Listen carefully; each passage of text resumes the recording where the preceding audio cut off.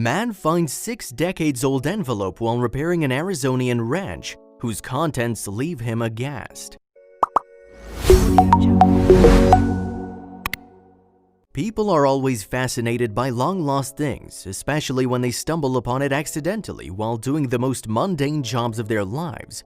A similar incident happened when a renovator, John Murray, was renovating an age-old house of the 1950s and came across something which changed his perspective forever. What did he find that made him think about his life differently and left a deep impact, shattering his misconceptions? It was the summer of 2014. John Murray had just finished renovating a house when he received a call from his manager. He'd been in this business for a while now and he was used to the last-minute calls. But this surely seemed urgent as it was the 4th call of his manager. He frowned at the phone screen as he saw the missed calls. What was so urgent that the manager was constantly calling him? He hurriedly called him back to see what happened. As he suspected, he'd been allotted one more project that was now in Arizona. It was a 5-hour journey from where he was and he was so tired to go.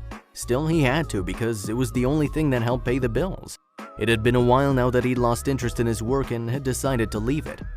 He'd been feeling quite distant and found his work quite monotonous. He half-heartedly boarded on the train to Arizona and thought of other jobs that he could take after leaving this one. He rested his head against the window pane and thought of the time when he and his wife were together and everything was perfect. It was almost a year since he and his wife had separated.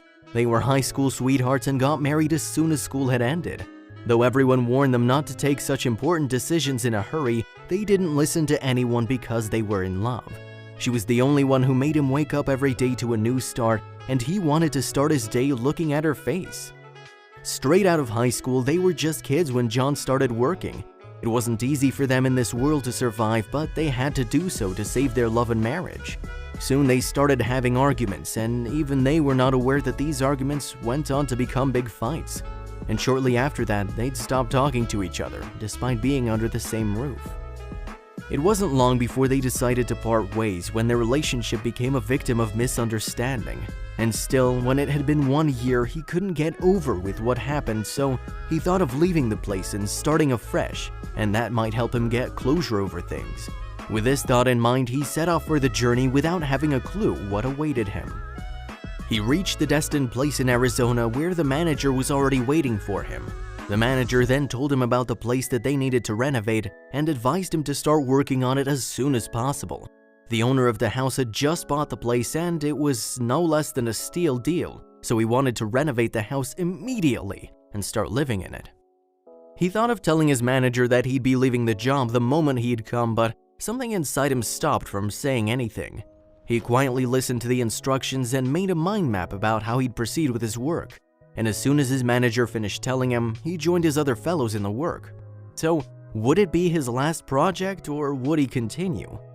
As he entered the house, he felt a sense of nostalgia. He and his wife had once planned to buy a ranch when they'd have enough money to give their kids the environment in which they could grow carefree and away from the hustle and bustle of the town. Every thought seemed to be coming back to him, but somehow he managed to control his emotions and started to work. It was indeed a very beautiful house, as if every brick was individually chosen and put together by the owners themselves. He entered the bedroom he had to renovate while trying not to stumble upon, as he was in awe of the story that the aura of the room was telling. He sighed heavily and wondered if that was his house. He was inquisitive about the house and came to know that this was made in 1950, when a couple moved in with their kids and resided in it for a very long time. But when the owner left the house, and the city too, it was abandoned.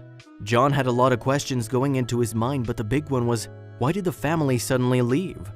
But keeping aside all the questions, he thought of starting the work and finishing in no time so as to leave for his own ventures, because he had a long way to go.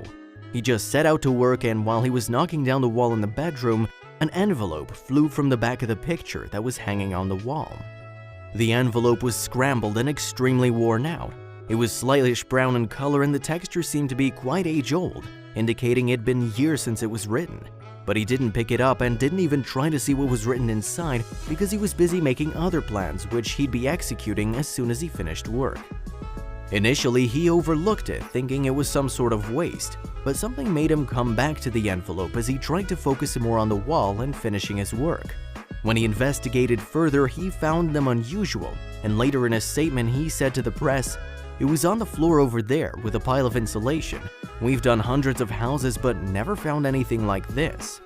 He thought he wouldn't open the envelope as it might contain certain personal information of the owner.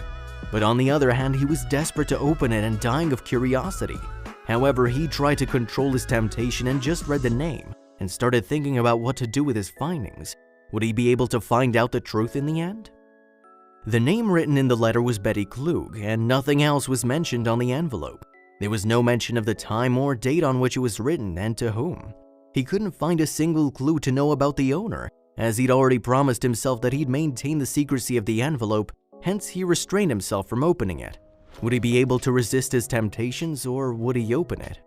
He wanted to reach the lady to give her back the envelope and try to find some address, so he flipped the letter once more. When he found no clues, he tried to find other ways through which he could find the owner, and sat on the stairs still thinking about the same. Would he be able to find Betty, or would he just leave the letter there? But there was something about the envelope that he was gravitating back to, and he couldn't leave it there, so he thought of the different ways in which he could contact the owner. He then called out his teammates to inform them about his findings, thinking they might have a clue about the envelope. He even thought that the envelope might be some sort of teammate who had accidentally put it there. But there was no one named Betty Klug in his team. Then who was Betty Klug? His curiosity was increasing with every passing day. All he could think about was how to find Betty. He inquired at the neighbors too in hopes of finding some clues, but not even one clue about the lady would be found. He tried to search her on the internet in hopes of finding something about her but failed. This was so disappointing for John, but nothing could deter his determination. Would he be able to track down the writer?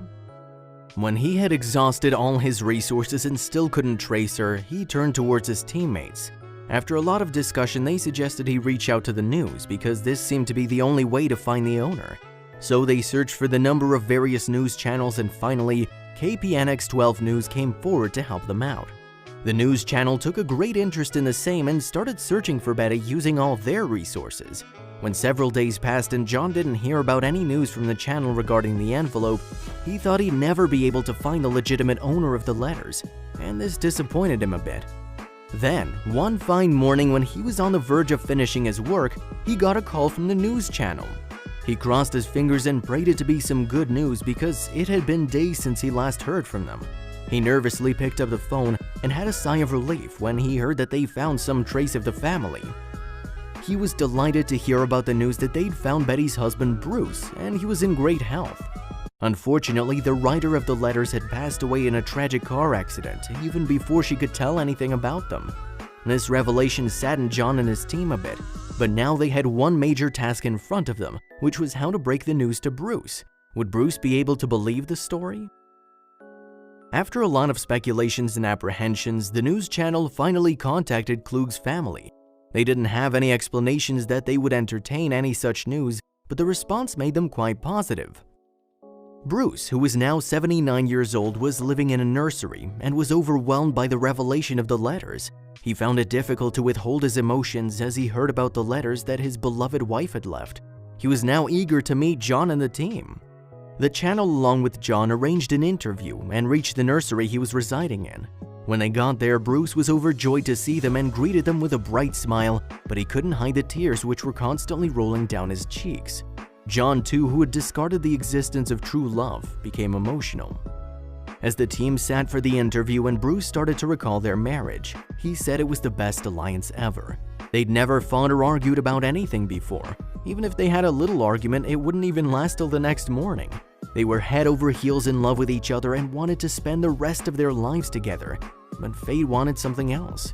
At the age of 43, an unfortunate event took place when Betty met with a fatal car accident which resulted in the loss of her life.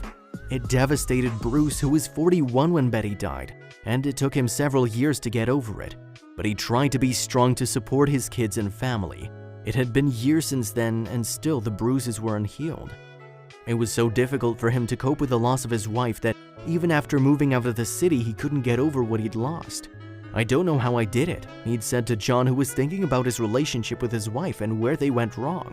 The love could still be seen in Bruce's eyes, as fresh as ever was. So when John and the news team handed him the envelope, he was expecting it to be some sort of love letters that she might have written for his upcoming birthday before she left him with the agony of her death. He knew Betty was always fond of writing, so he expectantly opened the letter, but the contents startled him. They weren't just an ordinary bunch of papers, but a time capsule that she'd written to the future generation when she was 33 years old. "The Vietnam War is still going on," he read out in Betty's familiar handwriting. "Racial situation very serious. Boys have long hair resulting from the Beatle craze," some of the letters inside read, reflecting on her interest in politics and pop culture. She used to be enthusiastic about what was happening globally and took a keen interest in every decision the government was taking. Betty's letter described how the political parties were acting during the unrest that was happening globally. She wasn't just a woman who would confine herself with household chores, but actively took part in debates about the war, putting up a strong viewpoint. She had a traditional perspective and thought the Republican president would be able to bring peace more than a Democrat. A lot of things happened around that time when Betty wrote those letters to the future generation. A Cold War was going on. Cuba was facing challenges and Americans were in constant fear that a nuclear bomb might explode any time. Racial segregation was widespread around the country. People feared that they might have to leave any time if this continued. Previously, the state of Virginia had forbidden interracial marriages, let alone same-sex marriages. But in 1967, the U.S. Supreme Court took a landmark decision and struck down all state laws banishing interracial marriages, as it seemed as breaching the equal protection and due process clauses of the 14th Amendment to the U.S. Constitution. After this decision, the state saw a lot of interracial marriages. In 1966, after abolishing interracial marriages, the civil rights movement gained popularity and people started to fight for equality. Even though Martin Luther King Jr. was advocating nonviolent civil disobedience, uproar and violence still prevailed. His motive was to remove the slums peacefully, but people's outbursts were increasing day by day. The time the letter was written was when the Vietnam War was going on, and Betty was concerned about the same and mentioned the war in her letter. Despite the protests by the people of America who were against their involvement in the war, still they dragged in it even without their will. Betty had 2 sons at the time of the war and she was in constant fear that any day they'd be posted into the war. The letter continued, "Barry Goldwater, Republican candidate for president, lives on top of the hill with a big TV antenna, northwest bedroom view. We are sure truth and love will prevail and the Constitution will remain. We're hopeful that the Republicans will be in office when this time capsule is recovered." Contrary to what she thought, the time at which the time capsule was found, a Democrat, Barack Obama, was ruling the country. But things were better and development was at its peak. Several things were happening in and around the time that was enough to distract the peace. This was the time Lyndon B. Johnson had taken over the presidency after JFK's assassination. And it was after the newly elected president that the condition worsened and at last turned to war. Many people thought it was because of the Democrat that the country was suffering from the unrest. As the war possibilities increased, more and more people were convinced it was due to the democratic system and had the opinion that if there would have been a Republican, the war situation might not have arisen in the first place. While the Cold War was going on, tension increased where the capitalist Western Bloc was dominating and the USSR was still powerful. The United Nations' stance against communism led to tensions in Cuba. The country was so apprehensive that the Western Bloc might attack that its dictator Fidel Castro declared emergency states. Betty had probably written those letters in the hopes that the future generation that would be reading it has a bright and safe future, free from violence and inequality. A future where anyone, regardless of their race, can marry any woman and vice versa, where there's equality of rights in everything. Were the thoughts materialize in the near future? Amidst all the havoc, the Beatles' tour in 1966 brought a new zest to people. People were crazy about the band and many men copied their hairstyle, letting their hair grow like the band members to resemble their ideals. Betty too mentioned the same in her letter and expressed her fondness of the band. Beatlemania had gained a hype during that time and everyone was in awe of it. On the 29th of August 1966, they staged their final commercial tour before the band dissolved. They had a total of 19 performances with 17 shows in certain American venues and 2 in Canada. The whole distress started when John Lennon gave a controversial remark, saying the Beatles were more popular than Jesus. Because of this, they faced a lot of criticism and death threats too.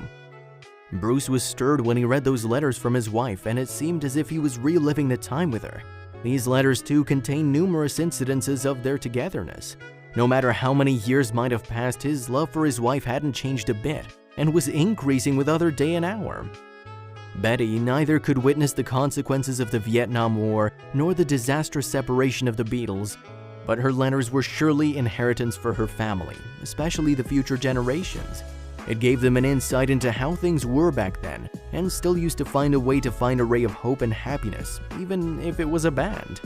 Bruce couldn't control his emotions as he read the letter aloud, and John could sense that even after years of his wife's death, he was still in love with her. He then handed those letters to the family as a memento of their deceased family member. John, who had lost hope that true love ever existed, in this incident restored hope about the same. Both John and Bruce had something to look forward to in their lives.